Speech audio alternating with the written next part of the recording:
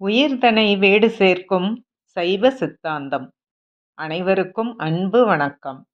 இறையருளால் கற்க அறக்கட்டளை என் முயற்சியில் கம்பவாரதி திரு இலங்கை ஜெயராஜையா அருளும் சைவ சித்தாந்த தொடர் வகுப்புகள். 3ஆம் பாடம் ஞானாசிரியர் அருள்நந்தி சிவாச்சாரியார் அருளிய சிவஞான சித்தியார் சுபக்கம். உயிர்நோக்கு சித்தியார் சுபக்கம் 77வது வகுப்பிற்கு உங்கள் அனைவரையும் அன்புடன் வரவேற்கின்றோம்.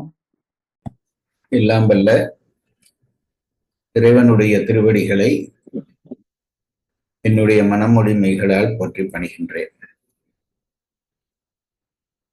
தத்துவ ஞானத்தை உலகத்திற்கு ஈந்து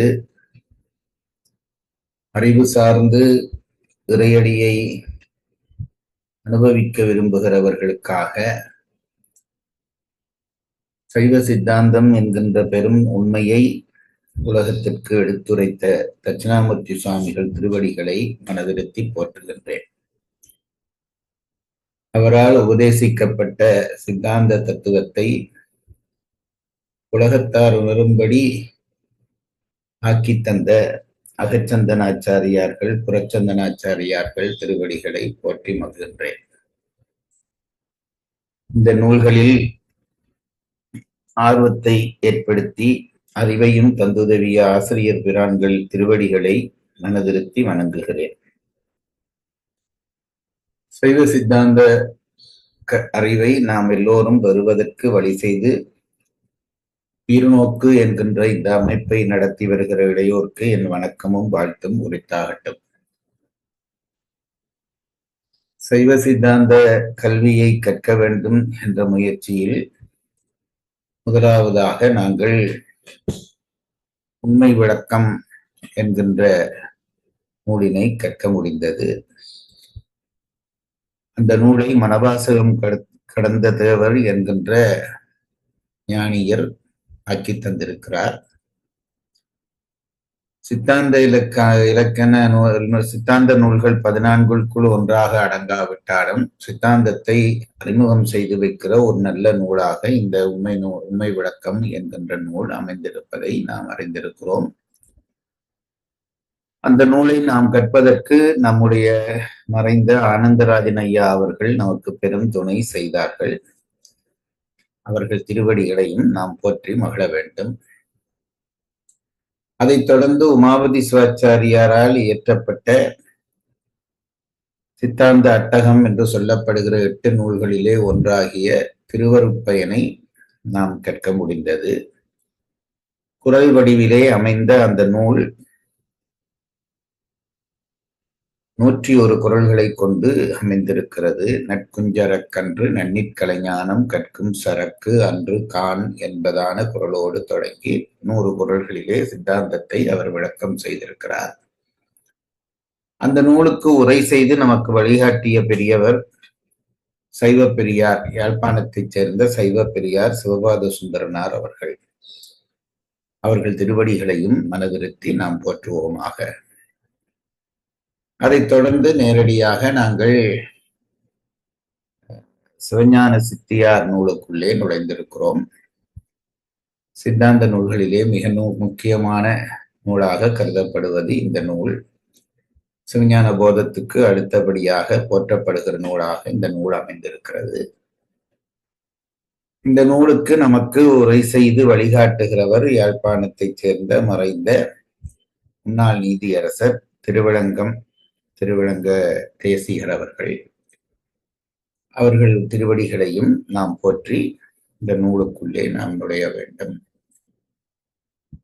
தொகுப்புரை என்பதை தவிர்க்காமல் நாங்கள் யாராவது செய்து வருவது நல்லது என்று கருதுகிறேன். எல்லாருமே அதற்கான முயற்சி செய்யலாம். தொகுப்புரையை செய்வதற்கான சுருக்கமான வழி சொல்லித் தருகிறேன். ஆரம்பத்திலே இருந்து பாடல்களுக்கு இடப்பட்டிருக்கிற தலைப்புகளை படித்து விட்டீர்களானால் அவ்வளத்தையும் தொகுக்க அந்த தொகுப்புரை அமைந்து போய்விடும்.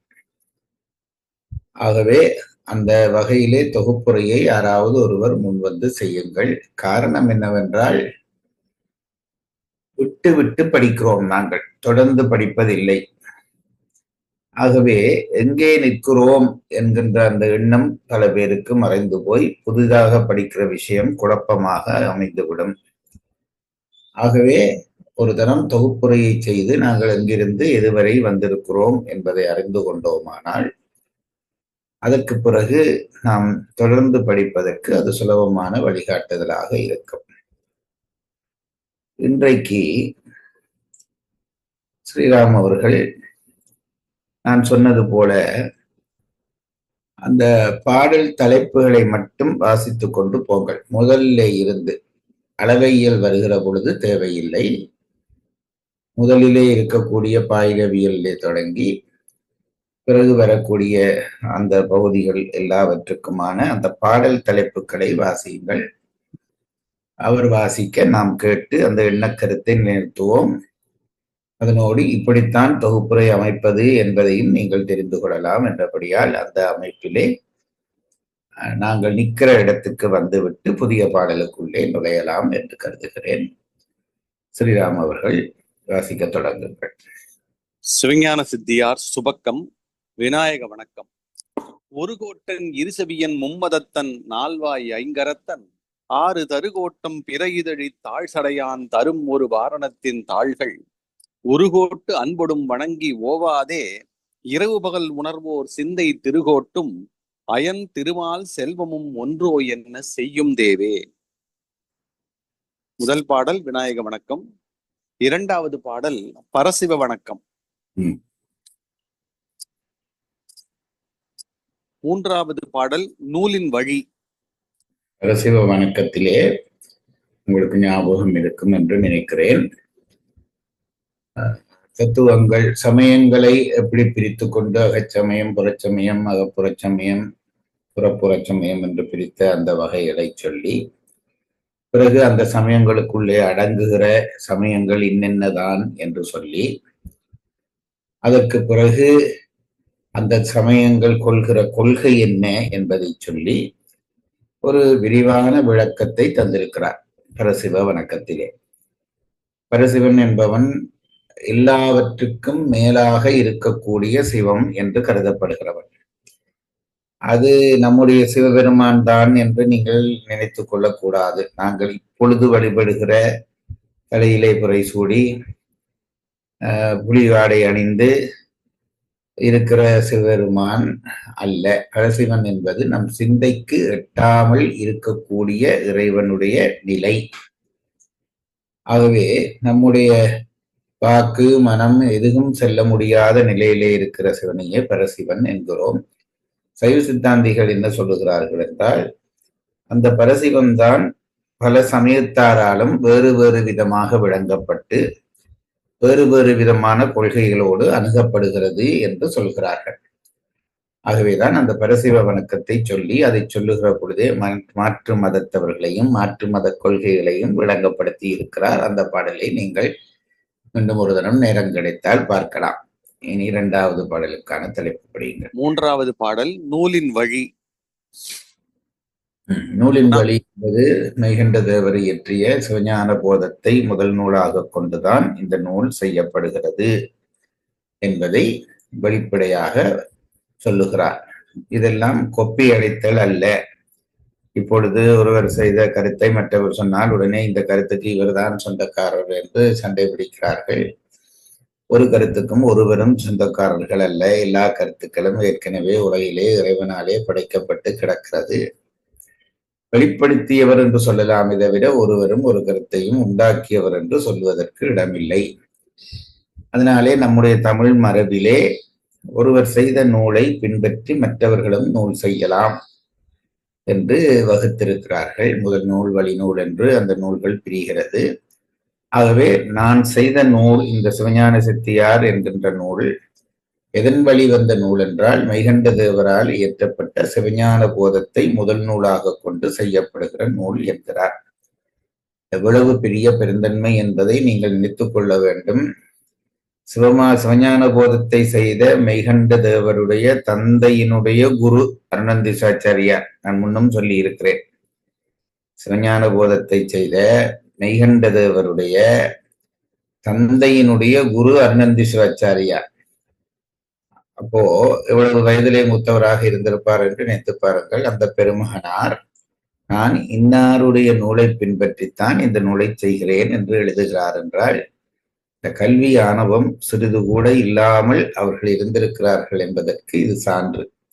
நாம் ஒரு துளியளவு படித்ததும் நரி தன் வாளாலே கடலை அளந்துவிட்டு கடலின் ஆழம் இவ்வளவுதான் என்று சொல்லுமாம். தண்ணீருக்குள்ளே வாளை வைத்து பார்த்து எடுத்து பார்த்து விட்டு தன் வாள் நினைந்திருக்கிறது இடந்து அவ்வளவுதான் கடல் ஆழம் என்று சொல்லுமாம். நாங்களும் கிட்டத்தட்ட அப்படியானவர்கள் தான். எங்களுடைய வாளால் அளந்து கொண்டு இருக்கிறோம்.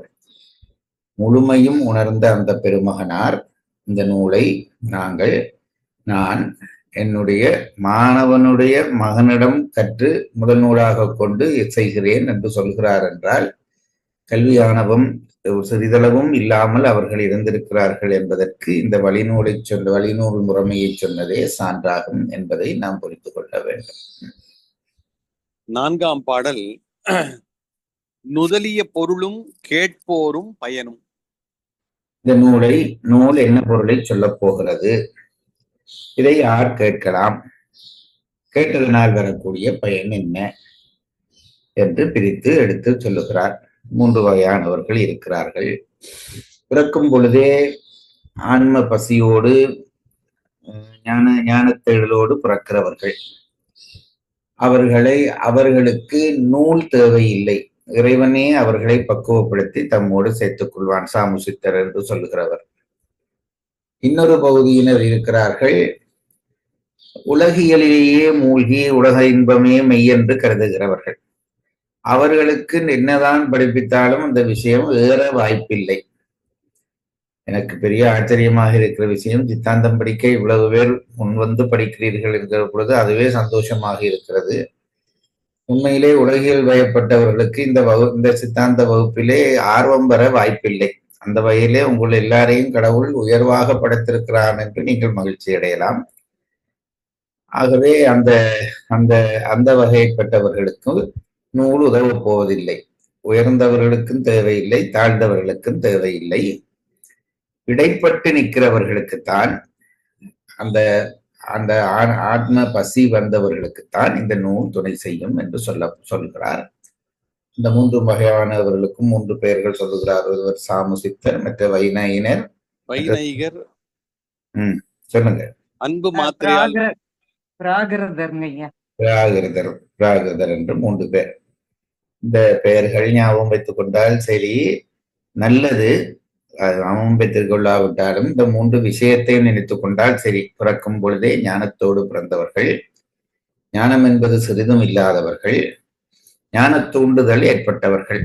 இதிலே இந்த ஞான தூண்டுதல் ஏற்பட்டவர்களுக்குத்தான் இந்த நூல் கற்பிக்க வேண்டும். அவர்கள் அதனாலே இறைப்பதங்களை அடைவார்கள் என்பதாக இந்த பாடல் சொல்லுகிறது.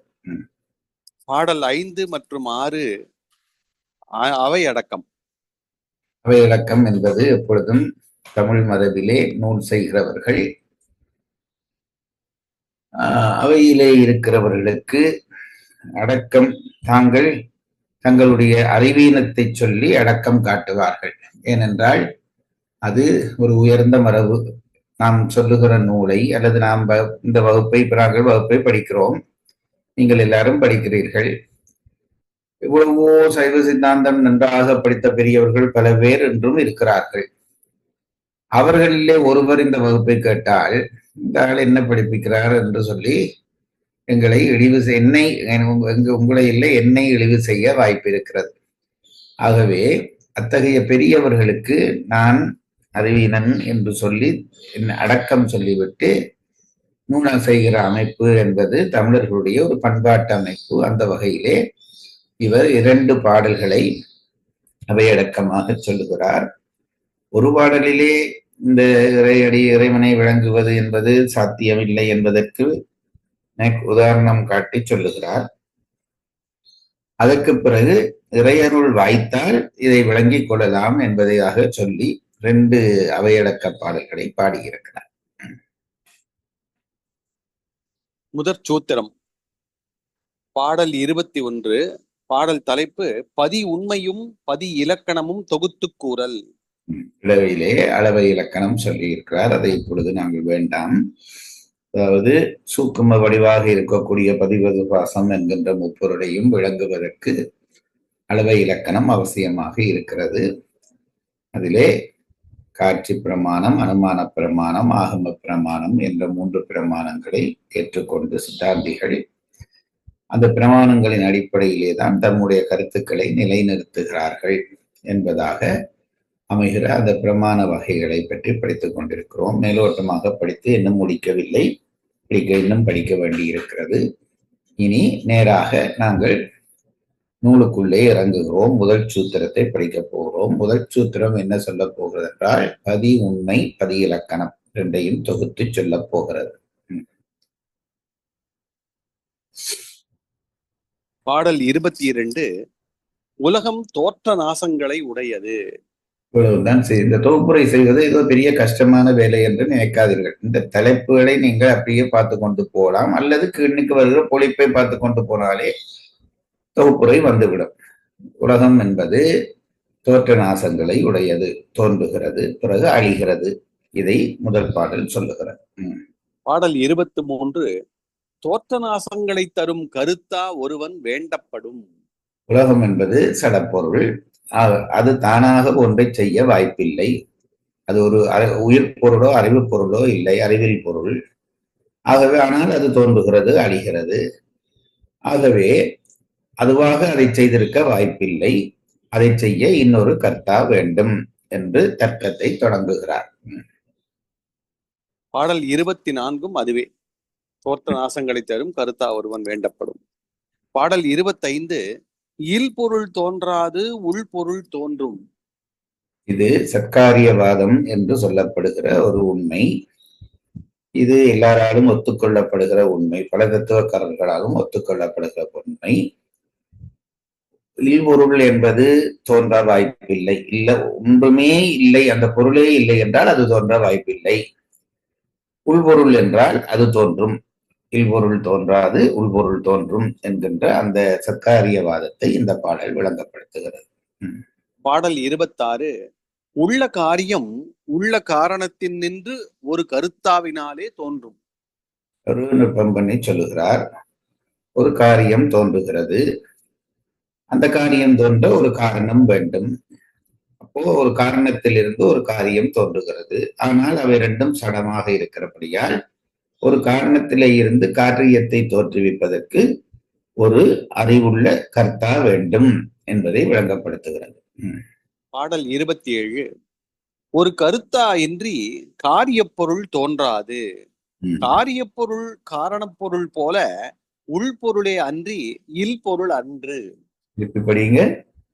ஒரு கருத்தா இன்றி காரியப்பொருள் தோன்றாது.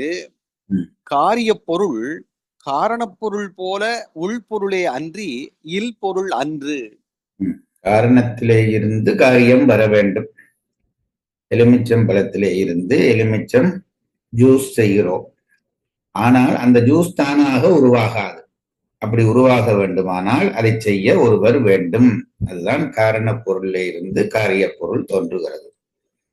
இப்போ காரிய பொருள் தோன்றுகிறது, ஒன்றிலே இருந்து ஒன்று தோன்றுகிறது என்றால் இது உள்பொருளா இல்பொருளா என்ற கேள்வி வரும். எது காரிய பொருள், உண்டாக்கப்பட்ட பொருள். அதற்கு இவர்கள் என்ன சொல்கிறார் என்றால், அதுவும் எப்பொழுதும் உள்பொருள் தான். எலுமிச்சம்பழம் என்கின்ற ஒன்றிலிருந்து அதிலிருந்து வந்த சாறை வைத்துத்தான் ஜூஸ் செய்கிறோம். ஆகவே அந்த ஜூஸும் உள்பொருள் என்று விளங்க வேண்டும் என்கிறார். பாடல் 28 காயத்தை போல உலகமும் தோன்றி அழியும்.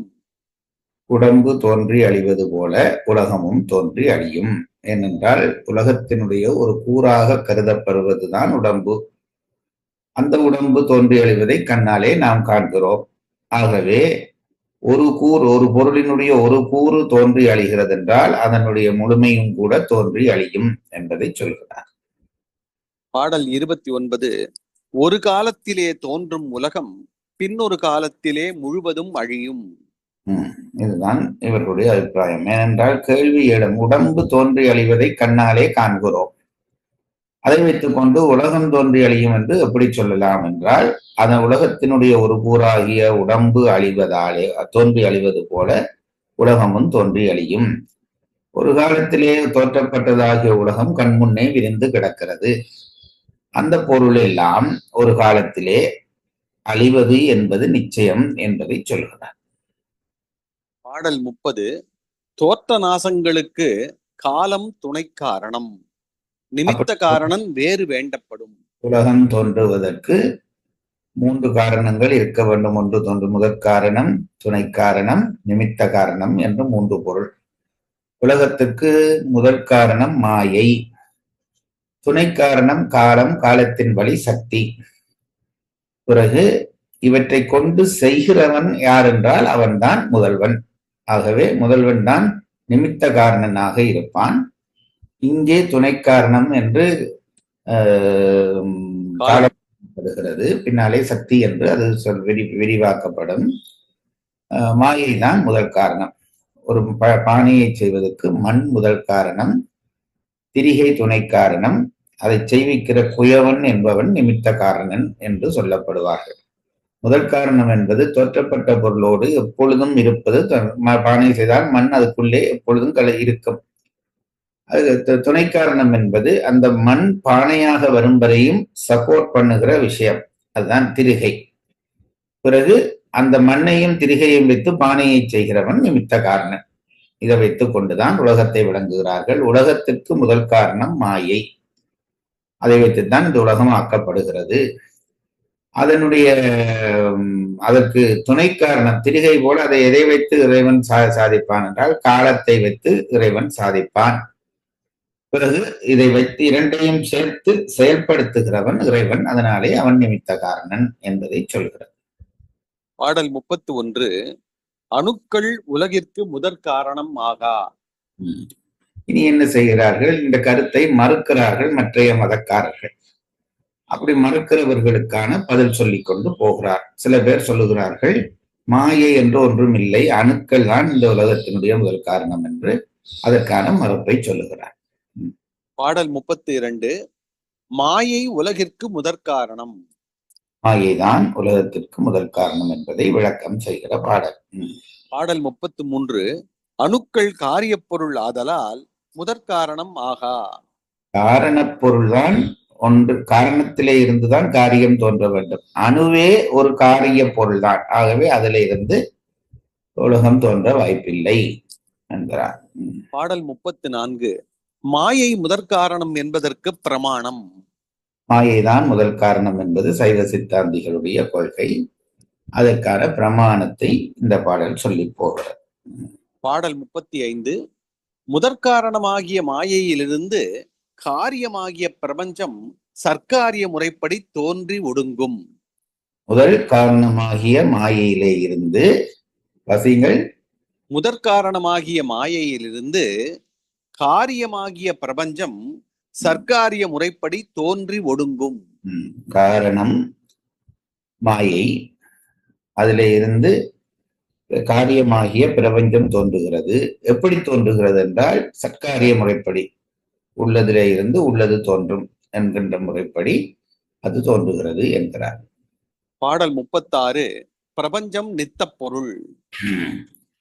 இந்த உலகமும் நாங்கள் முதலிலேயே இப்ப தாண்டி படிக்கிற பொழுது வந்தோம். காரணத்திலே இருந்து ஒரு காரியம் தோன்றினால் அந்த காரியமும் நித்த பொருள் என்பதை நாங்கள் படித்தோம். அதுபோல இங்கேயும் அதை வைத்து இந்த பிரபஞ்சமும் நித்த பொருள் என்கிறார்.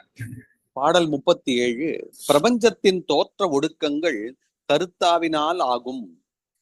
இது ரொம்ப முக்கியமான விஷயம். பிரபஞ்சத்தினுடைய தோற்ற ஒடுக்கங்கள் தானாக நிகழ்கிறதா என்று கேட்டால், சடமாகிய இந்த பிரபஞ்சத்துக்கு தானாக தோன்றி ஒடுங்குகிற வாய்ப்பு இல்லை. பிரபஞ்சத்தில் வாழ்கிற உயிர்களுக்கும் தம் விருப்பப்படியான வாழ்வு அமைத்து கொள்ள முடியாத காரணத்தினாலே அவையும் தாமாக தோன்றி ஒடுங்கவில்லை என்று தெரிகிறது. ஆகவே இவை இரண்டுக்குமாக இரண்டினது தோற்ற ஒடுக்கத்திற்காக வேறொரு கர்த்தா தேவை. அந்த கர்த்தா தான் இறைவன் என்று சொல்ல வருகிறார்கள். தர்க்க முறைப்படி கடவுளை போய் தொடுகிறார்கள். இதுவரை முதல் சூத்திரத்தில் முதல் அதிகரணம் முடிந்தது. பாடல் 38 முதல் 2ஆம் அதிகரணம். பாடல் 38 பிரபஞ்ச தோற்றத்திற்கு சிவபெருமான் நிமித்த காரணன்.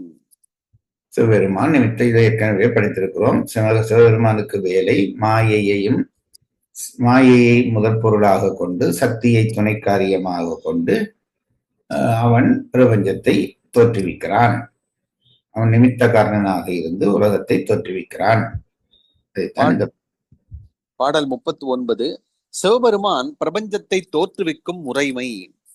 இனி தோற்றுவிக்கிறான் என்று சொன்ன பிறகு எப்படி தோற்றுவிக்க போகிறான் என்பதை சொல்லுகிறார். இந்த பிரபஞ்சத்தை தோற்றுவிப்பவர் சிவபெருமான். சிவபெருமான் என்கிற பொழுது நாம் நம் சிவபெருமானை நினைத்துக் கொள்கிறோம். பிரபஞ்சத்துக்கு நாங்கள் முன்னே படித்தோமே பரசிவம் என்று, அந்த சிவம் தான் கீழ் வேறு வேறு நிலைகளிலே இறங்கி நின்று அவன்தான் இந்த உலகத்தை தோற்றுவிக்கிறான் என்று சொல்கிறார். பாடல் 40 வைகரி வாக்கின் இலக்கணம். எப்படி இந்த உலகத்தை தோற்றுவிக்கிறான் என்று சொல்லத் தொடங்குகிறார். முதலிலே மாயை 3 வகையாக பிரிக்கப்படுகிறது. சுத்த மாயை, அசுத்த மாயை, பிரகிருதி மாயை என்று 3 மாயாக பிரிக்கப்படுகிறது. சுத்த மாயை என்பது ஆணவம், கண்மம் போன்றவற்றினுடைய கலப்பில்லாத மாயை என்று கருதுகிறார்கள். அந்த மாயையிலே இருந்து முதலிலே அத்துவாக்கள் தோன்றுகின்றன. என்ன அத்துவாக்கள் என்றால் என்ன சொல்லுங்கள்? பிரபஞ்சம், பொருட்பிரபஞ்சம் இரண்டும். புவனம், கலை, தத்துவம், புவனம். வண்ணம், பதம், மந்திரம். என்னையா? வண்ணம், பதம், மந்திரம். வண்ணம், பதம், மந்திரம் இவையெல்லாம் தோன்றுகின்றன.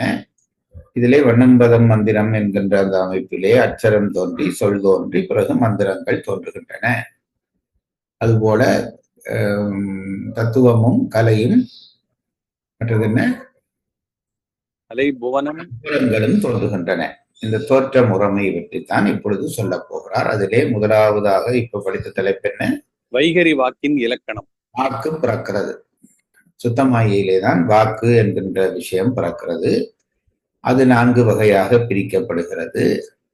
சூக்குமை வாக்கு, பைசந்தி வாக்கு, மத்திமை வாக்கு, வைகரி வாக்கு என்று 4 வகையான வைகரி வாக்குகள் பிறக்கின்றன. அதிலே ஒவ்வொரு வாக்கும் பிறக்கிற முறைமை என்றால் இறைவன் தோற்றுவிக்கிற முறைமையைத்தான் சொல்லத் தொடங்குகிறார் என்றபடியால் முதலிலே வாக்கு தோற்றுவிக்கிற முறையை சொல்லுகிறார். இந்த பாடல் தலைப்பு திருப்பி ஒரு தரம் வாசியுங்கள். பாடல் 40 வைகரி வாக்கின் இலக்கணம். பாடல் 41 மத்திமை வாக்கின் இலக்கணம். பாடல் 42 பைசந்தி வாக்கின் இலக்கணம். மேலிருந்து கீழாக போகிறார். உண்மையிலே வாக்கு சூக்குமையிலே இருந்துதான் ஆரம்பிக்கிறது. இங்கே நமக்கு தெரிகிற வாக்கு முதல் வைகரி வாக்கு. ஆகவே வைகரி வாக்கினுடைய இலக்கணம் சொல்லி மத்திமை வாக்கு, பைசந்தி வாக்கினுடைய இலக்கணம் வரை சொல்லப்படுகிறது. இங்கே பாடல் 43 சூக்குமை வாக்கின் இலக்கணம். சூக்குமை வாக்கில் இருந்துதான் இந்த வாக்குகள் எல்லாம் பிறக்கின்றன. ஆகவே கடைசியாக அந்த சூக்குமை வாக்கினுடைய இலக்கணம் சொல்லுகிறார். பாடல் 44 வாக்குகள் விருத்திப்படும் முறைமை. எப்படி வாக்கு ஒன்றிலே இருந்து ஒன்று விருத்தியாகிறது என்கின்ற முறைமையை சொல்லுகிறார். பாடல் 45 அபரமுத்தருக்கு வேண்டப்படும் சுத்த அத்துவாக்களுக்கு வைந்தவம் முதற்காரணம். அபரமுத்தர் என்று சொல்லப்படுவதாகிய உயர்நிலை பெற்ற ஆன்மாக்களுக்கு அவர்கள் முத்திநிலை அடைவதற்கு துணையாக இருப்பது வைகரி. என்ன வாக்கு? வைகரி வாக்கா? வைந்தவம். வைந்தவம் சுத்தமாயேதான் அதற்கு காரணமாக இருக்கிறது என்று சொல்கிறார்.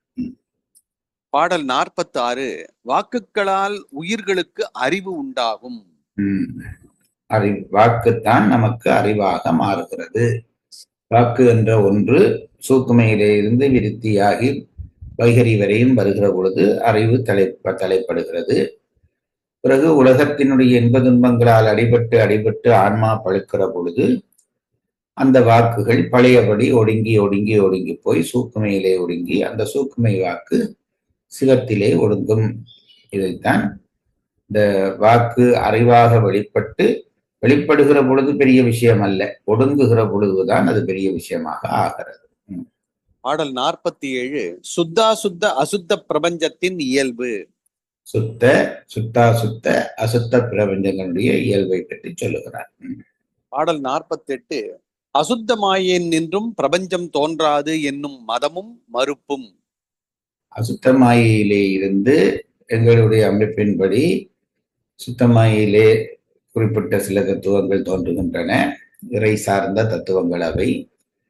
அசுத்தமாயிலே சில தத்துவங்கள், ஆன்மா சார்ந்த தத்துவங்கள், ஆன்மாவுக்கு அறிவு தரக்கூடிய தத்துவங்கள் தோன்றுகின்றன. பிறகு பிரகிருதி மாயையிலே ஆன்மா சார்ந்த தத்துவங்கள் தோன்றுகின்றன. அசுத்த மாயையிலே பிரபஞ்சம், அங்கேதான் இந்த நிலம், நீர், தீ, காற்று, ஆகாயம், பஞ்ச பூதங்கள் எல்லாம் தோன்றுகிற முறைமை சொல்லப்படுகிறது. அசுத்தமாயிலே என்ன வாசிங்கள்? அசுத்தமாயிலே அசுத்தமாயின் நின்றும் பிரபஞ்சம் தோன்றாது என்னும் மதமும் மறுப்பும். அப்படி சொல்லுகிறார்கள் சில பேர், ஒரு மதக்காரர்கள் சொல்லுகிறார்கள். அதை சுட்டிக்காட்டி அதற்கான மறுப்பை சொல்லுகிறார். பாடல் 49. முதல்வன் சித்துரு மண்ணி நின்று மறிவிடும் முறைமையும் அது பற்றி தொடக்குறும் முறைமையும்.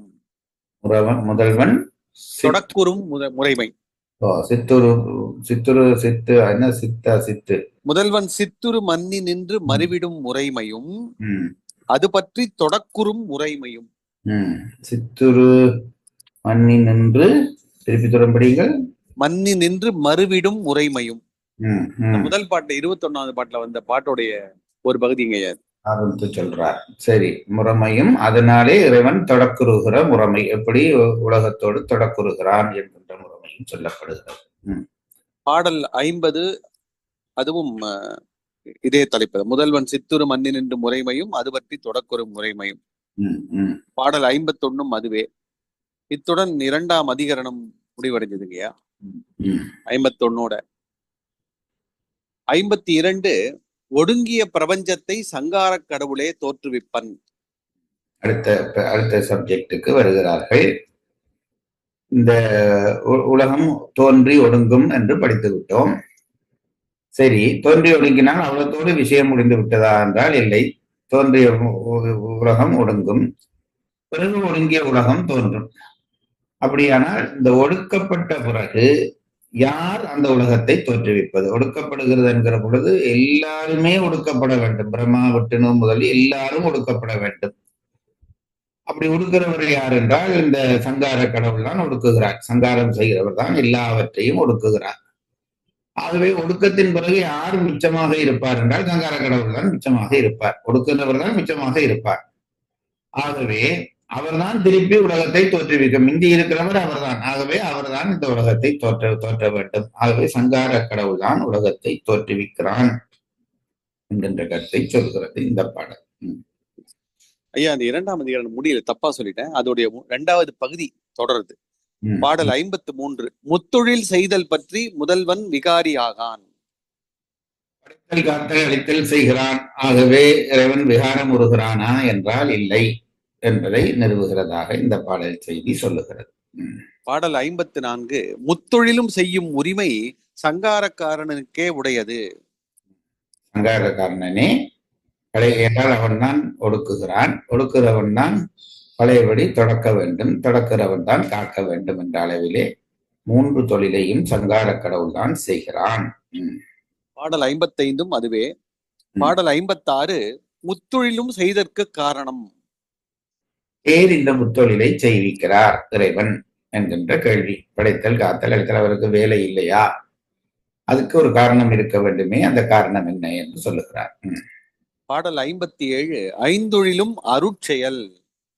ஐந்தொழில் செய்கிற பொழுது படைத்தல் காத்தல் அழித்தல் மறைத்தல் அருளல் என்று 5 தொழில்களை இறைவன் செய்கிறான். பல பேர் நினைக்கிறார்கள் இந்த அருளல் என்கின்ற தொழிலை விட மிச்ச 4 தொழிலும் அருட்தொழில் அல்ல, மறுத்தொழில்கள். உயிர்களை வருந்த செய்து துன்புறுத்தி இப்படி எல்லாம் செய்கிறாரே, இவையெல்லாம் மறுச்செயல்கள் என்று ஒரு சாரார் கருதுகின்றனர். அப்படி இல்லை, எல்லாமே 5 தொழிலுமே அவன் அருட்தொழில் தான் செய்கிறான் என்பதை சொல்லப்படுகிறது. இதுவரை பதி உண்மை ஐயா. இது இனிமேல் பதி இலக்கணம். பாடல் 58 முதல்வனது தடத்த வடிவம், அதாவது அருவம், அருவுருவம், உருவம். பதியினுடைய உண்மையை நிறுவி முடிந்து பிறகு பதியினுடைய இலக்கணம் சொல்லுகிறார். பதிக்கு என்ன இலக்கணம் என்றால் அவன் 3 விதமான நிலையை கொள்கிறான். அந்த நிலை என்னவென்றால் அருவநிலை என்ற ஒன்று, அருவுருவ நிலை என்ற நிலை ஒன்று, உருவ நிலை என்ற ஒன்று. இந்த 3 நிலையையும் இறைவன் ஏற்பான் என்கிற செய்தியை சித்தாந்திகள் ஏற்றுக்கொண்டு அதை சொல்கிறார்கள். பாடல் 59 உருவத் திருமேனி மாயாகாரிய வடிவம் அன்று அருள் வடிவம். உருவத் திருமேனி இறைவனுக்கு ஒரு வடிவம் இருக்கிறது என்று சொல்லிவிட்டால் நமக்கு இருக்கிற வடிவங்கள் எல்லாம் மாயையாலே ஆக்கப்பட்டவை. நம்முடைய வடிவங்கள் எல்லாம் மாயையாலே ஆக்கப்பட்டவை. ஆகவே இறைவனை சிவன் என்றும் விஷ்ணு என்றும் பிரித்து எல்லாம் பேசுகிறோமே, அப்படியானால் அந்த உருவ வடிவம் இறைவனுக்கும் மாயைதானா என்றால் இல்லை. அப்படியானால் எதனால் ஆனது என்றால் அவருடைய வடிவங்கள் எல்லாம் அருளாலே ஆனது. மாயா வடிவம் என்று அருள் வடிவம் என்பதை நிரூபிக்கிறார். பாடல் 60ம் 61ம் அதே கருத்து தாங்க ஐயா. பாடல் 62 உருவத் திருமேனி பற்றி வரும் ஆசங்கையை பரிகரித்தல். சந்தேகங்கள் ஏற்படுகிறது உருவத் திருமேனி பற்றி மற்றவர்களுக்கு, அதை இவர் நிவர்த்தி செய்து கொண்டு போகிறார். பாடல் 63, 64, 65, 66 அது எல்லாமே அதே கருத்து தாங்கய்யா. பாடல் 67 உருவத் திருமேனியிலே தோன்றுவன யாவும் அருள் வடிவம். உருவத் திருமேனியிலே தோன்றுகின்ற எல்லாமே அருள் வடிவம்தான் என்பதை நிரூபிக்கிறார். பாடல் 68 முதல்வன் உருவத் திருமேனி பற்றி சிந்திதனாயினும் அச்சிந்திதனே. சிந்தனை உருவத் திருமேனி வந்தவுடனே இறைவனை நாங்கள் உடனே இதுதான் சிவன் இதுதான் முருகன் என்று நம்முடைய சிந்தனைக்கு உட்படுத்துகிறோம். சிந்தனைக்கு உட்படுத்துகிற நிலையாக இருந்தாலும் அவன் வடிவ நிலையிலே நம்முடைய சிந்தனைக்கு உட்படுகிறவன் போல தோன்றினாலும் அதற்குள்ளே இருக்கிற தத்துவ நிலையிலே அவன் சிந்தனைக்கு அப்பாற்பட்டவனாகத்தான் இருக்கிறான். அதுதான் சித்திதன் அசித்திதன் என்ற சொல்லாலே குறிப்பிடுகிறார். பாடல் 69ம் அதே கருத்துங்கய்யா. பாடல் 70 முதல்வன் உருவத் திருமேனி கொள்ளுதற்கு காரணம். உருவத் திருமேனியை ஏன் கொள்ள வேண்டும்? சித்தாந்திகள் இந்த 3 வடிவங்களையும் ஏற்றுக்கொள்கிறார்கள். கேள்வி எழுகிறது, ஏன் இறைவனுக்கு உருவத் திருமேனி வர வேண்டிய தேவை என்ன என்பதற்கு காரணத்தை சொல்லுகிறார். பாடல் 71ம் அதே கருத்து. பாடல் 72 முதல்வன் உருவத் திருமேனி கொள்ளுதல் அருள் புரிதல் காரணம் என்பதனை விளக்கல். நம்மை போன்ற சாதாரணர்களுக்கு வடிவோடு வந்தால்தான், அவன் உருவம் கொண்டு வந்தால்தான் வேதம் முதலியவற்றை வெளிப்படுத்தலாம், உயிர்களுக்கு துன்பம் பெறுகிற பொழுது காக்கலாம். ஆகவே அப்படியான காரணங்களால் தான் இறைவன் உருவத் திருமேனியை ஏற்கிறான் என்பதை சொல்கிறான்.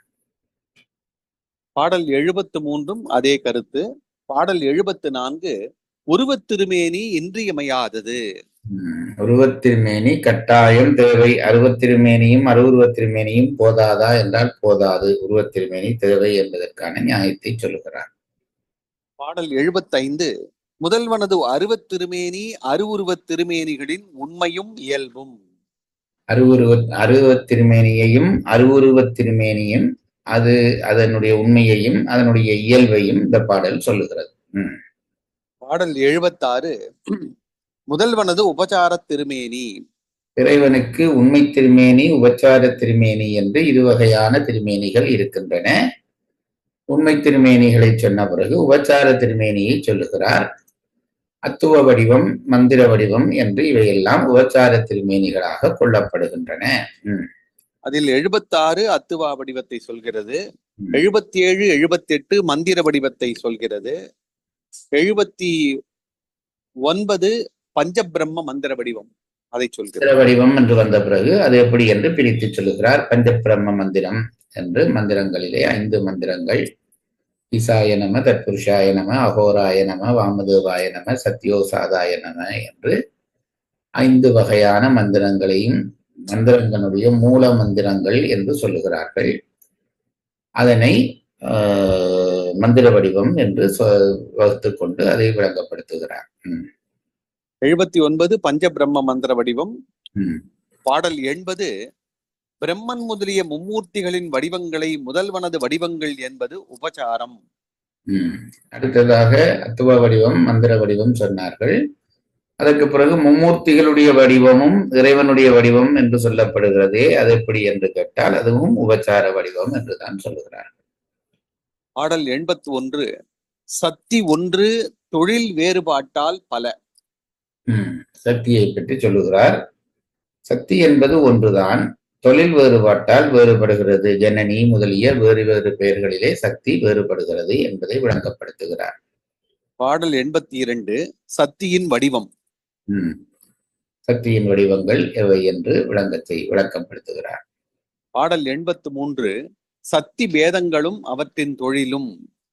வேறு வேறு சக்தி எப்படி பேதப்படுகிறது, அது அப்படி பேதப்படுகிற பொழுது அவை என்ன தொழில் செய்கிறது என்பதை சொல்கிறார்.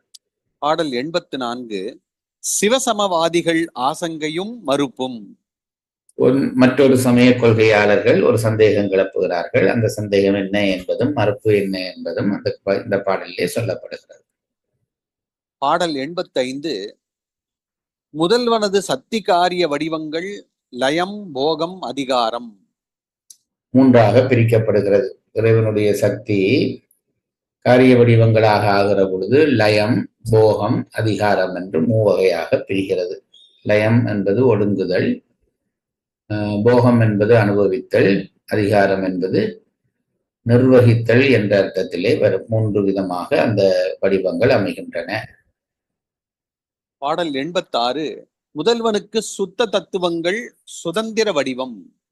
சுத்த தத்துவங்களையும் இறைவனுடைய சுதந்திர வடிவமாக, அதற்குள்ளேதான் அந்த உங்களுக்கு தெரியும் நாதம், விந்தி, ஈஸ்வரம், சதாசிவம், சுத்த வித்தை என்று வருகிற பொழுது அவையெல்லாம் சுத்த தத்துவத்துக்குள்ளே இயங்குகிற இறை வடிவங்கள். ஆகவே அது இறைவனுக்கு சுதந்திர வடிவங்களாக சுத்த தத்துவம் கொள்ளப்படுகிறது.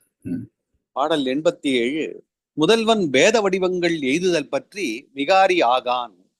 வேறு வேறு வடிவம் கொள்கிறான் என்றால் விகாரப்படுகிறானா என்றால் இல்லை என்பதை நிறுவுகிறார். பாடல் 88 மேலதனை ஓமை முகத்தால் விளக்கல். என்ன விஷயத்தை ஓமையாலே விளங்கப்படுத்துகிறார். பாடல் 89 முதல்வன் சக்தி வடிவம் எய்துதலால் உண்டாய பயன். சக்தி வடிவங்களை கொள்வதனாலே என்ன பயன் உண்டாகிறது என்பதை சொல்கிறார். பாடல் 90 முதல்வனது சிறப்பிலக்கணம். பொது இலக்கணம் படித்தோம், சிறப்பிலக்கணத்தை இந்த இடத்திலே சொல்லுகிறார். இதோட முதல் சூத்திரம் முடிஞ்சதுங்க. 2ஆம் சூத்திரம் ஆரம்பிக்கிறாரு. பாடல் 91 முதல்வன் பசு பாசங்களோடு அத்துவிதமாய் கலந்து நின்று அவற்றை நடத்தும் முறைமை தொகுத்து கூறல். முதல்வன் பசுக்களோடும் பாசத்தினோடும் அத்துவிதமாய் கலக்கிறான். அத்துவிதம் என்பது நாங்கள் படித்திருக்கிறோம். துவிதம் என்றால் 2, துவிதம் என்றால் இரண்டற்ற நிலை, அதாவது இரண்டர கலந்து நின்று அவன் செயல்படுவதை பற்றி இந்த சூத்திரம் சொல்கிறது. அதில் முதல் அதிகரணம். பாடல் 92 முதல்வன் உலகு உயிர்களோடு ஒன்றாயும் வேறாயும் உடனாயும் நிற்கும் முறைமையை ஓமை முகத்தால் விளக்கல். உலகோடும் உயிர்களோடும் இறைவன் ஒன்றாயும் வேறாயும் உடனாயும் நிற்பான் என்பதை உவமையால் சொல்லுகிறார். பாடல் 93 ஆகரம் என்கின்ற உவமையை எடுத்துக்கொள்கிறார். ஆனா எப்படி தனித்து நின்று கலந்து நின்று மற்ற எழுத்துக்களை இயக்கியும் நிற்கிறதோ அதுபோலத்தான் இறைவன் உலகையும் உயிர்களோடும் ஒன்றாயும் வேறாயும் உடனாயும் நிற்பான் என்பதை சொல்கிறார். பாடல் 93 முதல்வன் உயிர்களோடு ஒன்றாயும் வேறாயும் உடனாயும், அதாவது அபேதமாயும் பேதமாயும் பேதாபேதமாயும் நிற்கும் முறைமையை ஓமை முகத்தால் விளக்கல். உலகோடும் உயிரோடையும் கலந்து நிற்பதை சொன்னார். இப்பொழுது உயிர்களோடு கலந்து நிற்கிற பொழுது சொல்லுகிறார். போகிற ஒருவனை பார்த்து அவனுடைய உடலுக்கான பெயரை சொல்ல அவனுடைய உயிர் திரும்பி பார்க்கிறது என்கின்ற ஓமையை வைத்து உயிரோடு கலந்து நிற்கிற முறைமையை சொல்கிறார். இதில் 2ஆம் அதிகரணம். பாடல் 94 இருவினை பயனை உயிர்கள் நுகரும் முறைமை தொகுத்து கூறல். இருவினை பயன்களை, நல்வினை தீவினை என்கின்ற இருவினையை உயிர்கள் செய்கின்றன. அதனுடைய பயன்களை அது எப்படி அனுபவிக்கிறது என்பதை தொகுத்து சொல்லி இருக்கிறார். பாடல் 95 முதல் 98 வரை இன்ப துன்பங்கள் இயல்பாக அவற்றிற்கு காரணம் இருவினை என்பதை பாடல் 95 முதல் 96 வரை. சில தத்துவக்காரர்கள் இருவினை என்ற ஒன்று பழைய வினை, நல்வினை தீவினையால் தான் இன்ப துன்பங்கள் விளைகின்றன என்பது பிழை. இன்ப துன்பங்கள் உயிர்களுக்கு இயல்பு என்று சொல்லுகிற பொழுது அது இயல்பல்ல, அவை காரியமாக இருக்கின்றன. அதற்கு காரணமாக நல்வினை தீவினை இருக்கிறது என்பதை விளங்கப்படுத்துகிறார். பாடல் 97 மற்றும் 98 இன்ப துன்பங்களுக்கு காரணம் இருவினை, முயற்சி அன்று. இன்ப துன்பங்களுக்கு காரணம் முயற்சி என்று சொல்லுகிறார்கள் ஒரு தத்துவக்காரர்கள். முயன்றால் இன்பம் அனுபவிக்கலாம், துன்பம் இல்லாவிட்டால் துன்பம் என்று சொல்லுகிற கருத்து பிழை.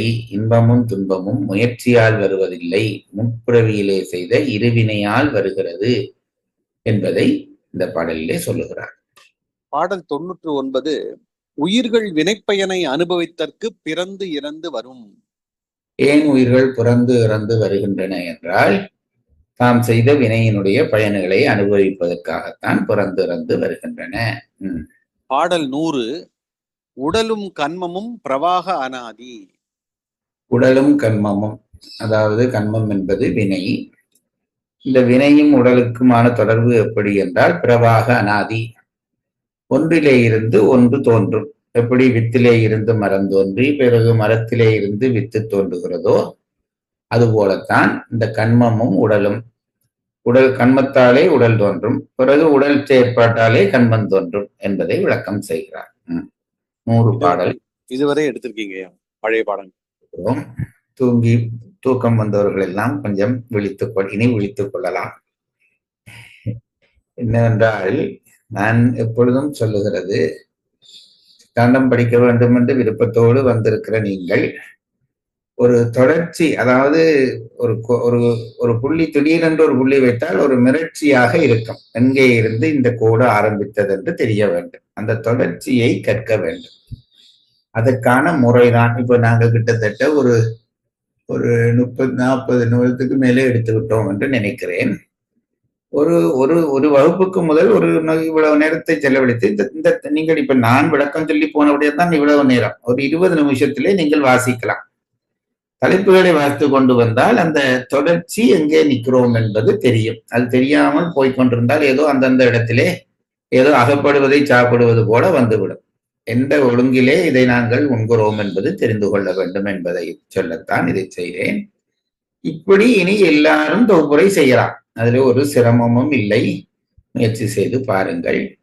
இனி நாங்கள் 101வது பாடலுக்குள்ளே நுழைகிறோம். கிட்டத்தட்ட 300 சொச்ச பாடல் இந்த நூலிலே இருக்கிறது என்று நினைக்கிறேன். அதிலே 100 பாடல் படித்து விட்டோம் என்பது 1/3 பகுதி படித்து விட்டோம். அப்பொழுது சைவ சித்தாந்தத்தில் 1/3 பகுதி உங்களுக்கு தெரிந்ததாக ஆகிவிடுகிறது. அந்த சந்தோஷத்தோடு 101வது பாடலுக்குள்ளே நுழைகிறோம். பாடல் 101. பாடல் தலைப்பு இருவினை விளையும் முறைமை. நல்வினை தீவினை எப்படி விளைவு தருகிறது என்பதை சொல்ல போகிறார்.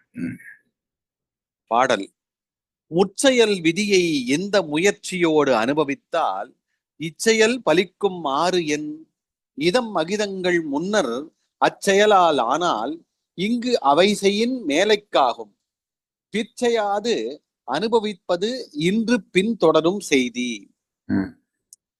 பொருளுரை, முன் செயல் விதியை முற்பிறவியில் செய்யப்பட்ட இதம் அகிதங்களின் பயனாகிய பேறு இழவு முதலியனவற்றை ஒரு திறன் இல்லுங்கள். 2 விஷயம். இந்த இதம் அகிதம் என்றால் நல்வினை, முற்பிறவியில் செய்த படிங்கள். முற்பிறவியில் செய்யப்பட்ட இதம் அகிதங்களின் பயனாகிய பேறு இழவு முதலியனவற்றை. முற்பிறவியில் செய்த இதம் அகிதம் என்றால் நல்வினை தீவினை, அதனால் விளைகிறதாகிய பேறு இழவு. என்ன? அதனால் இன்ப துன்பம். பேறு என்பது இன்பம், இழவு என்பது துன்பம். பேறு இழவு முதலியனவற்றை இந்த முயற்சியோடு அனுபவித்தால், இப்பிறவியில் இந்த இதம் அகிதங்களை செய்து அனுபவித்தால் இச்செயல் பலிக்கும் 6 எண் இவ்விதம் இதம் அகிதங்கள் பயன் தரும் முறைமை எங்கனம் எனின் இதம் அகிதங்கள் முன்னர் அச்செயல் ஆனால் முற்பிறவிகளில் செய்யப்பட்ட இதம் அகிதங்கள் இப்பிறவியில் அவற்றின் பயனை தருதற்கும் அப்பயனை நுகரும் இடத்து செய்யப்படும் இதம் அகிதங்களுக்கும் காரணமாயிருக்கும் என்பது உனக்கு உடம்பாட ஆதலின் இங்கும் அவை செய்யின் இப்பிறவியிலும் இதம் அகிதங்களை செய்யின் மேலைக்கு ஆகும்.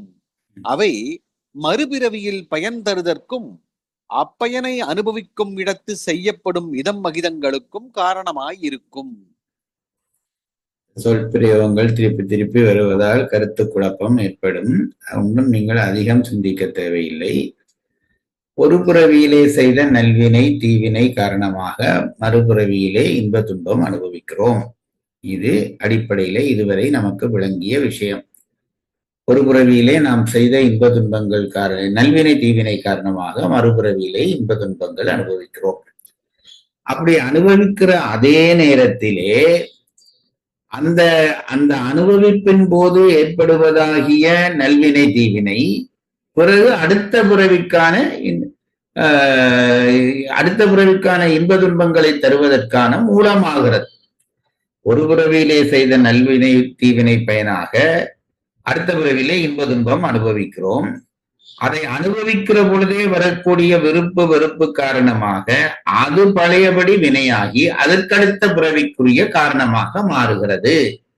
இப்போ இது எங்களுக்கு ஓரளவு சொல்ல குழப்பமான ஒரு விளக்கம் என்று நினைக்கிறோம். அதை ஊமையாலே ரொம்ப சுலபமாக இவர்கள் அடுத்த பாடலிலே விளங்கப்படுத்துவார் என்று நினைக்கிறேன்.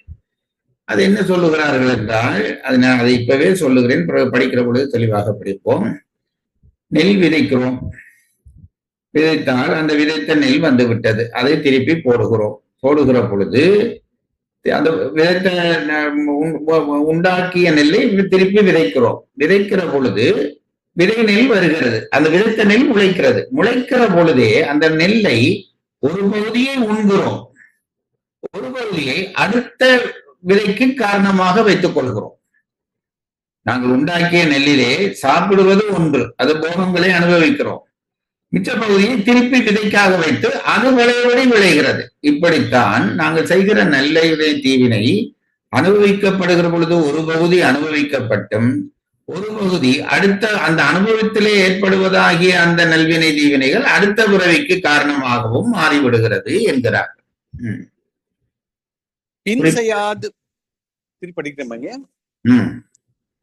முன் செயல் விதியை முற்பிறவியில் செய்யப்பட்ட இதமகிதங்களின் பயனாகிய பேறு இழவு முதலியனவற்றை இந்த முயற்சியோடு அனுபவித்தால், இப்பிறவியில் இந்த இதமகிதங்களை செய்து அனுபவித்தால் இச்செயல் பலிக்கும் ஆறு என் இதமகிதங்கள் பயன் தரும் முறைமை எங்கனம் எனின், இதமகிதங்கள் முன்னர் அச்செயல் ஆனால் முற்பிறவிகளில் செய்யப்பட்ட இதமகிதங்கள் இப்பிறவியில் அவற்றின் பயனை தருதற்கும் அப்பயனை நுகரும் இடத்து செய்யப்படும் இதம் மகிதங்களுக்கும் காரணமாயிருக்கும் என்பது உனக்கு உடன்பாடு ஆதலின், இங்கும் அவை செய்யின், இப்பிறவியிலும் இதம் மகிதங்களை செய்யின் மேலைக்கு ஆகும்.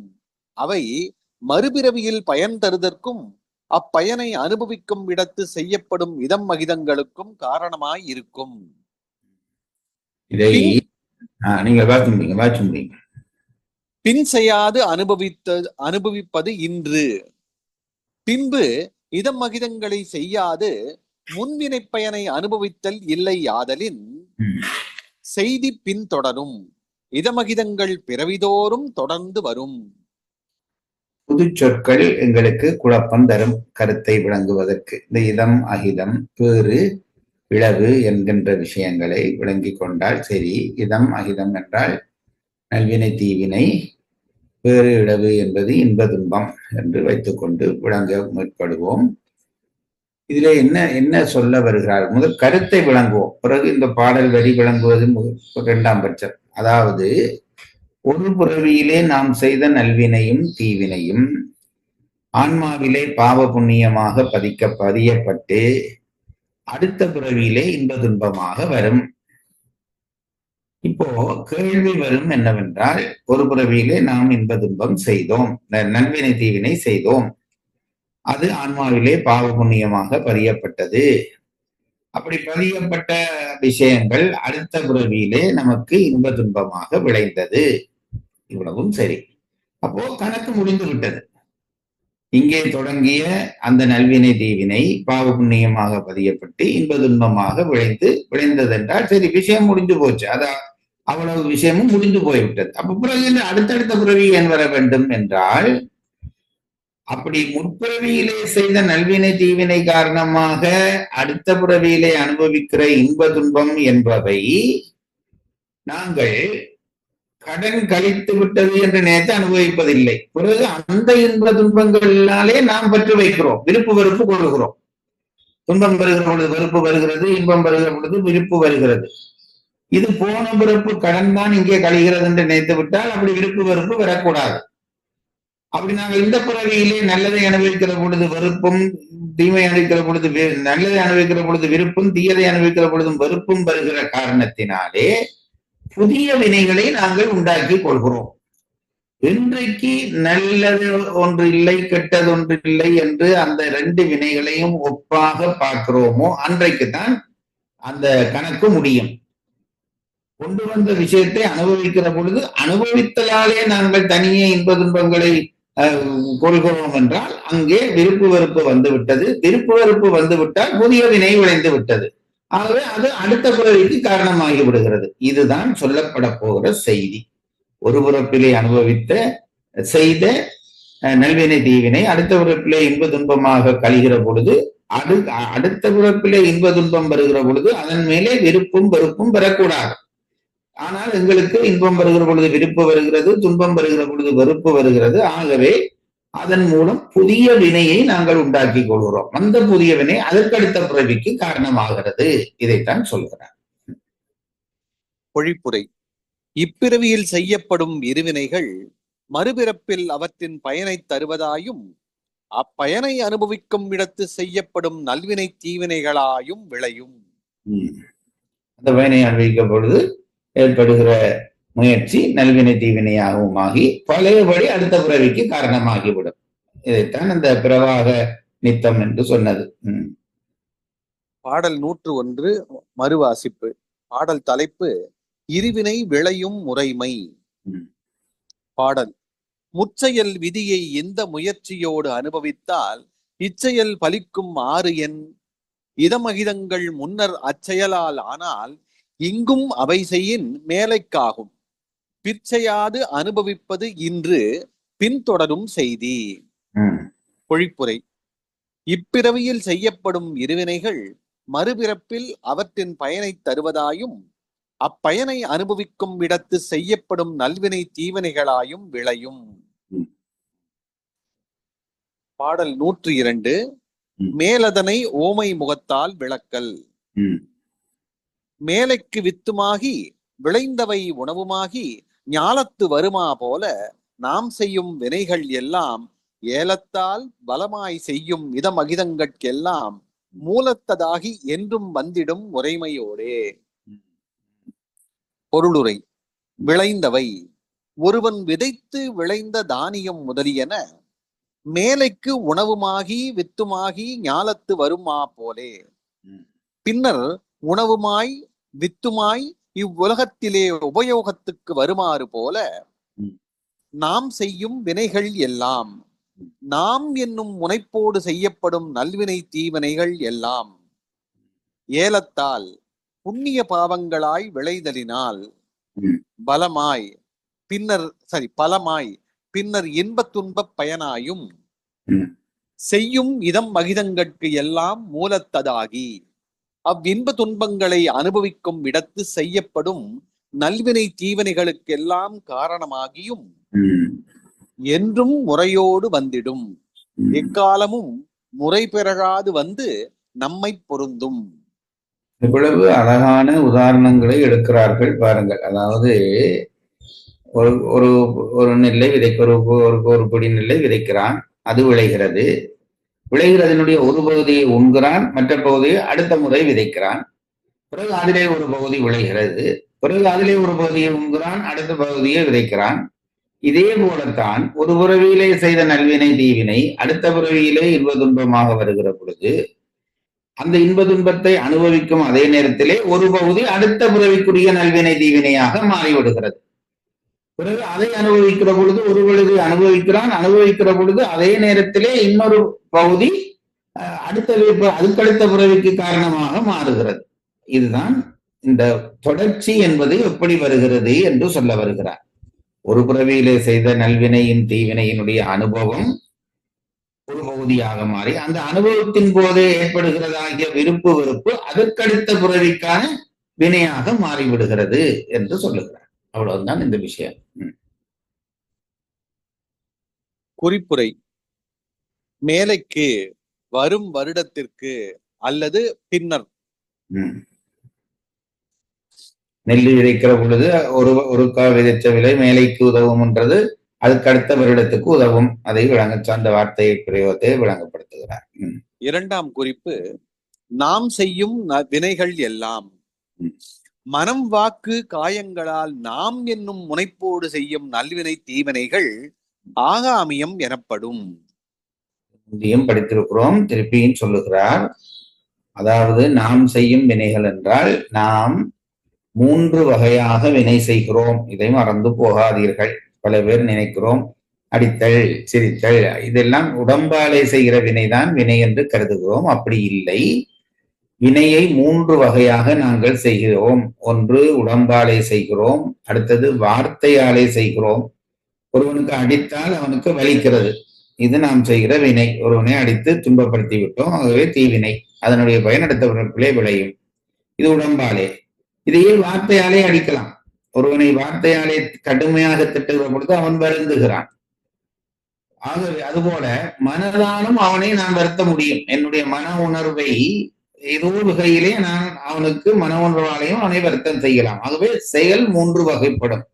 மனதாலே செய்யும் செயல், வாக்காலே செய்யும் செயல், உடம்பாலே செய்யும் செயல். இது 3ஐயும் சுத்தப்படுத்த வேண்டும். அதைத்தான் திரிகரண சுத்தி என்று சொல்வார்கள். இது 3ம் தான் வினை என்று சொல்லப்படுகிறது. படியுங்கள். நாம் செய்யும் வினைகள் எல்லாம் மனம் வாக்கு காயங்களால் நாம் என்னும் முனைப்போடு செய்யும் நல்வினை தீவினைகள் ஆகாமியம் எனப்படும். அதுதான் நாங்கள் செய்கிற வினைகள் எல்லாம் நான் செய்கிறேன் என்று நினைத்து செய்கிறேன். அப்படி செய்கிற பொழுது அது ஆகாமிய வினையாக மாறும். ஆகாமியம் என்பது புதிதாக உண்டாகிற வினையாக மாறிவிடும். பின்பு அவ்வினைகள் பக்குவமாகும் அளவும் சூக்குமமாய் புத்தி தத்துவம் பற்றுக்கோடாக மாயையில் கிடக்கும். அப்படி வந்த அந்த ஆகாமிய வினை என்பது என்ன செய்யும் என்று கேட்டால், புத்தி தத்துவத்தை அடிப்படையாக கொண்டு மாயையிலே போய் பதுங்கி கிடக்க. ஏன் கிடக்க வேண்டும்? உடனே விளையாதா என்றால் விளையாது. வினைக்கும் பக்குவ காலம் என்று ஒரு காலம் உண்டு. அந்தந்த வினைக்குரிய பக்குவ காலம் என்ற ஒரு காலம் உண்டு. அந்த காலம் வரும் வரைக்கும் இது போய் புத்தி தத்துவத்தை அடிப்படையாக கொண்டு மாயையிலே தொகுக்கப்பட்டு கிடக்கும். அப்படி கிடக்கிற பொழுது அதுக்கு சஞ்சித வினை என்று பெயர். அப்பொழுது அது புண்ணிய பாவங்கள் எனவும் சஞ்சிதம் எனவும் சொல்லப்படும்.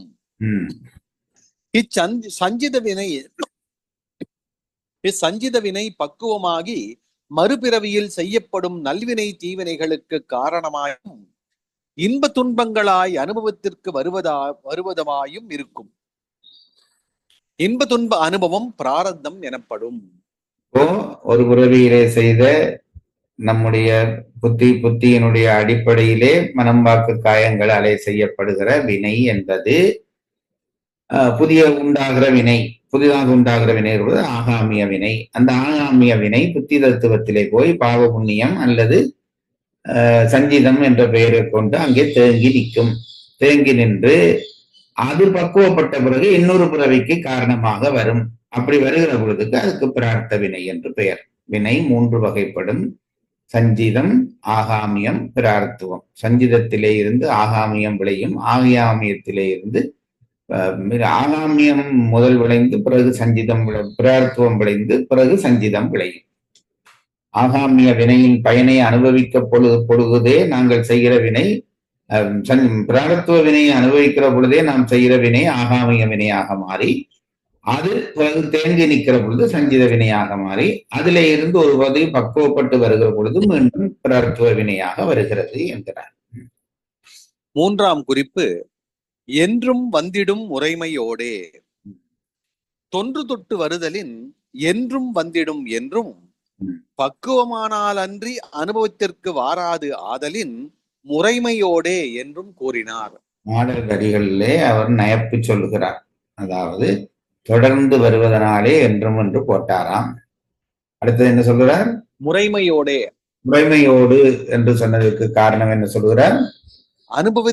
பக்குவமானால் அன்றி அனுபவத்திற்கு வாராது ஆதலின் பக்குவப்படத்தான் அனுபவத்துக்கு வரும். அதுதான் முறைமை என்ற வார்த்தையாலே சுட்டுகிறார் என்று சொல்லுகிறார். 4ஆம் குறிப்பு ஏலத்தான் என்பது ஏலுதல், அதாவது பொருந்துதல் என்று அர்த்தம். தான் என்பதை அசையாக கொள்ளினும் பொருந்தும். அந்த ஏலத்தான் வரக்கூடிய இடத்துல தான் அசையாகவும் வைத்துக்கலாம் சொல்றாரு. இலக்கண குறிப்பு. பொழிப்புரை உணவின் பொருட்டு விளைந்த தானியம் முதலியவை பின்பு உணவுமாய் வித்துமாய் பிரயோசனப்படுதல் போல நாம் என்னும் முனைப்போடு செய்யப்படும் இதம் அகிதங்கள் புண்ணிய பாவங்களாய் விளைந்து பின்னர் இன்ப துன்ப பயன்களை தருவதாயும் அவற்றை அனுபவிக்கும் இடத்து உண்டாகும் இதம் அகிதங்களுக்கு காரணமாயும் இருக்கும். ஒரு பிறவிலே செய்த நல்வினை தீவினை அடுத்த பிறவி இன்ப துன்பமாக வரும். அப்படி வருகிற விஷயங்கள் அனுபவமாகும். ஒரு பகுதி அந்த அனுபவிக்கிற பொழுதே பற்று வைக்கிற காரணத்தினாலே அடுத்த பிறவிக்கான நல்வினை தீவினையாகவும் மாறிவிடும். பாடல் 102 மறுவாசிப்பு.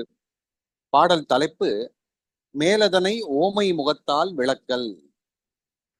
பாடல் மேலைக்கு வித்துமாகி விளைந்தவை உணவுமாகி ஞாலத்து வருமா போல நாம் செய்யும் வினைகள் எல்லாம் ஏலத்தான் பலமாய் செய்யும் இதம் அகிதங்கட்கெல்லாம் மூலத்ததாகி என்றும் வந்திடும் முறைமையோடே.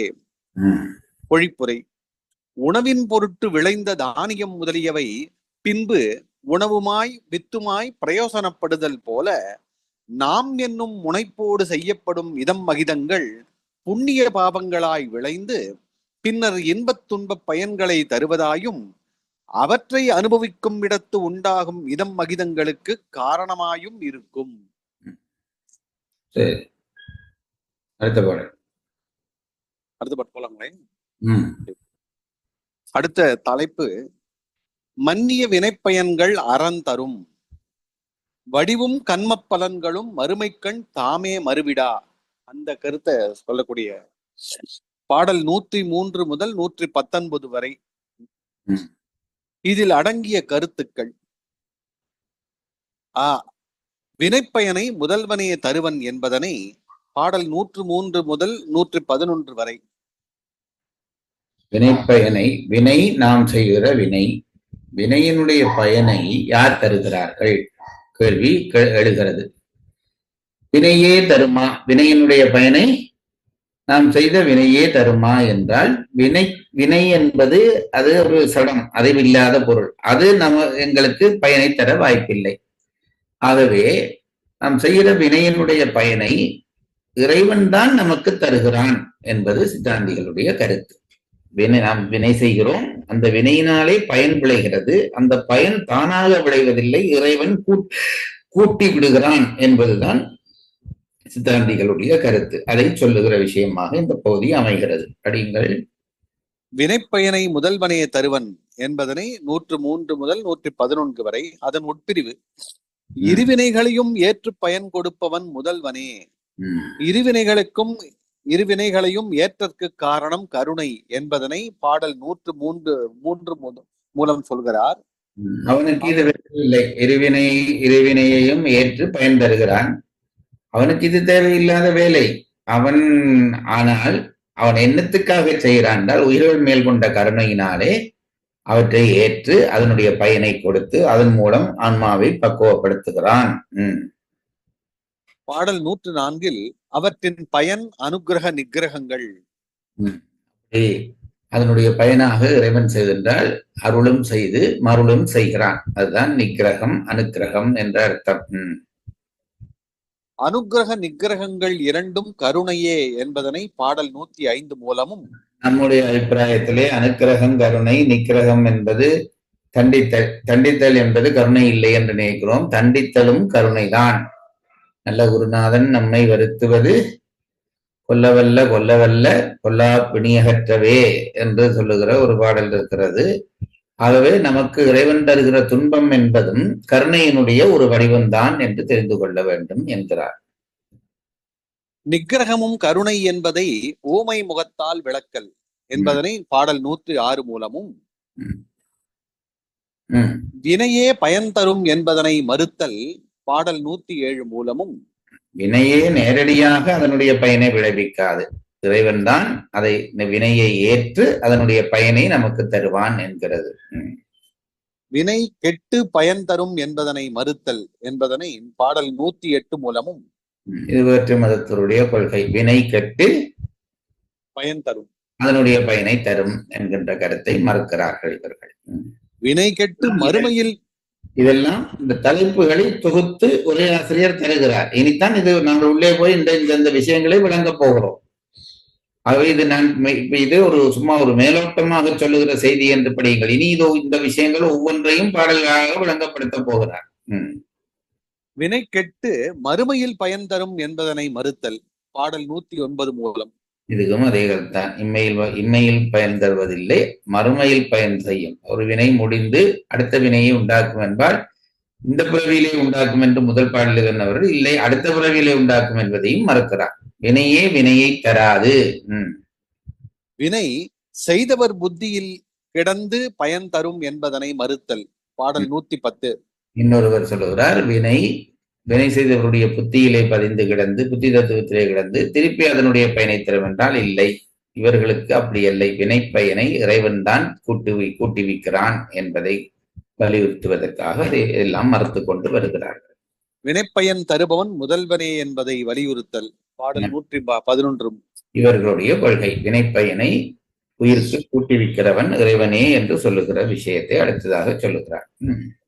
பாடல் 112 வினைப்பயன்களையும் தனு கரணாதிகளையும் முதல்வன் தனது ஆணையால் உயிர்களுக்கு அணைப்பன். ஆணை என்பது சக்தி. சக்தியினால் தான் அவன் வினைப்பயனையும் தனுகரண போன போகங்களையும் உண்டாக்கி கொடுப்பான். ஈனமில் செய்தி ஈசன் இடும் பணியா மாறும். இவை நாம் செய்தால் நூனங்கள் அதிகம் நோக்கி நுகர்விக்கும் மாறும். பாடல் 113 முதல் 19 வரை. என்னது சொல்லுங்கள். ஈனமில் செய்தி ஈசனிடும் பணியா மாறும். இவை நாம் செய்தால் நூனங்கள் அதிகம் நோக்கி நுகர்விக்கும் மாறும். இது பாடலோட இது மாதிரி இருக்குங்க. பாடலுடைய வரி போல இருக்கு. நாங்கள் அது அந்த இடத்திலே விளங்குவோம். அவர் பாடல் படிக்கிற பொழுது விளங்குவோம்.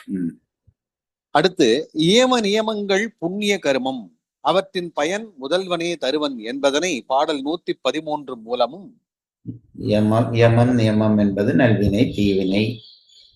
இவற்றை என்ன அதை வைத்துக் கொண்டு படியுங்கள். ஏம நியமங்கள் புண்ணிய கர்மம், அவற்றின் பயன் முதல்வனே தருவன். அதனுடைய பயனை இறைவனே தான் தருவான் என்று சொல்லுகிற பகுதியை சொல்ல போகிறார். அடுத்து இச்சித்த தெய்வம் வழிபடல் புண்ணிய கர்மம், அதன் பயன் முதல்வனே தருவன். பாவகர்மம் எது புண்ணிய கர்மம் என்று சொல்ல போகிறார். இச்சித்த தெய்வ வழிபாடு செய்வது என்பது புண்ணிய கர்மம். அதனை 114 பாட்டில் சொல்கிறார்.